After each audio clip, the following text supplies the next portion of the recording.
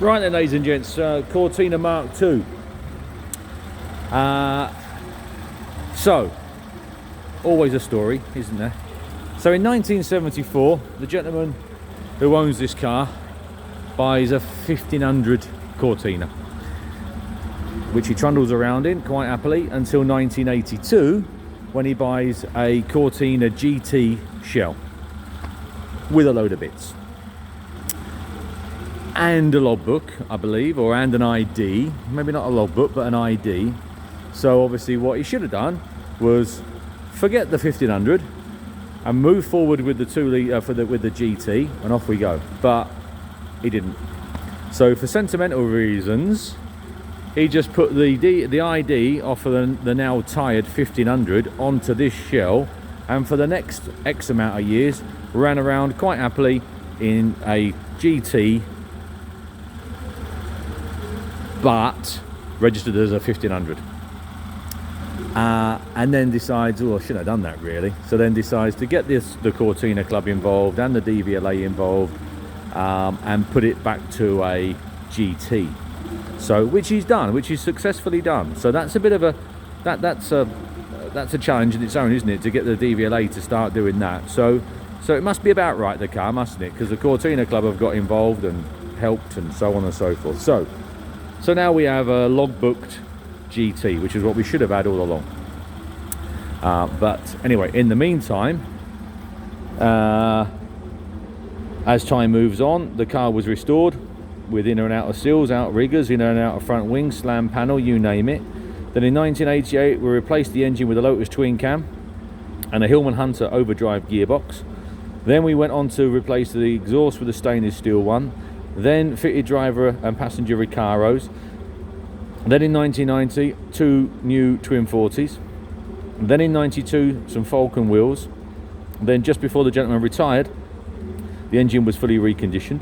Bearing in mind, although there's a fair bit of time scale here, there's very little in the way of mileage.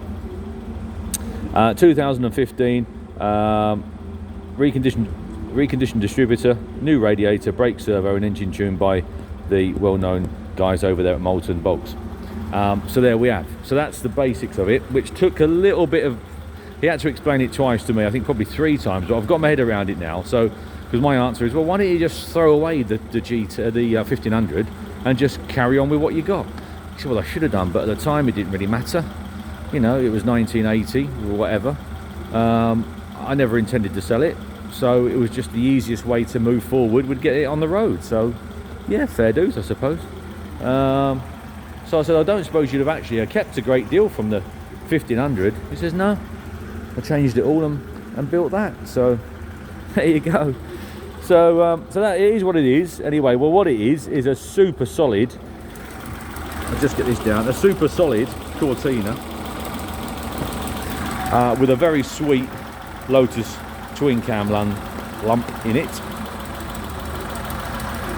And I've been all over it this last half an hour, and it does strike me as being exactly what it says. It's extremely solid everywhere.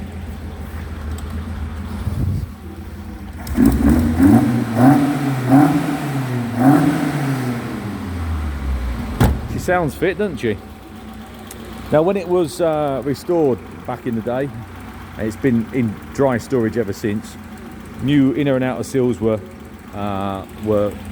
made for the car using extra thick gauge. Just turn that off so you can hear what I'm saying. So they're sort of done for life, I think, now. Wings, as he said, inner and out of front wings there, slam panel, you name it. So I suppose in essence what we've got is a very solid 2-door shell, GT shell, with a Lotus lumping that basically the gentleman's owned since the early 80s. But it's now time perhaps to move on. There's all sorts of other modifications and bits and pieces, not daft things, sensible things, like mud flaps that start obviously where they normally start there and go all the way up inside the wing to stop all the muck and the rubbish gathering in there and causing him a problem as time has gone on.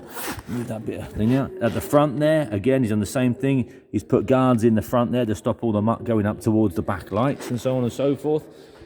We've got battery isolator switch down by the kicking strip there. Nice dash. Like you say, some Recaros, as he called them. I'm sure they are. Recaro style seats, anyway. Door cards. So,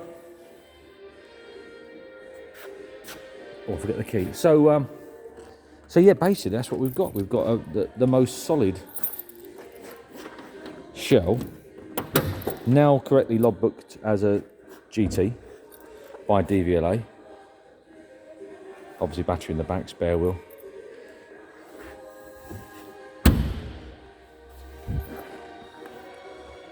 So, it depends which angle you want to come in at, really, isn't it? You know, if you just want a very, very usable, very drivable two-door Cortina Mk2, then there you go. Or if you want to perhaps do a little bit of competition work with it, or something else, I don't know, it's up to you, then there's all sorts of options there for you. But I think you ought to come down and have a look, see how solid she is. I'll go through what I was just saying on the video again, because like I say, it took me 3 attempts to get my head around it, but maybe you've got your head around it already straight away. But I had to ask him, like I say, 3 times. But there you are anyway. So it's here in good time for the next sale. We've got a month before the sale comes along, so there's a massive window to come down and have a look. So not only have we got an unusual 2-door GT, we've obviously got that 20-mile Mark 1 that's in the building next door. It's just through there, round behind that big tractor. So there's a couple of very interesting Cortinas there you ought to come down and have a look at. And I'll show you what's what. I'll show you what we've got. In the meantime, I'll take a few more photographs for you.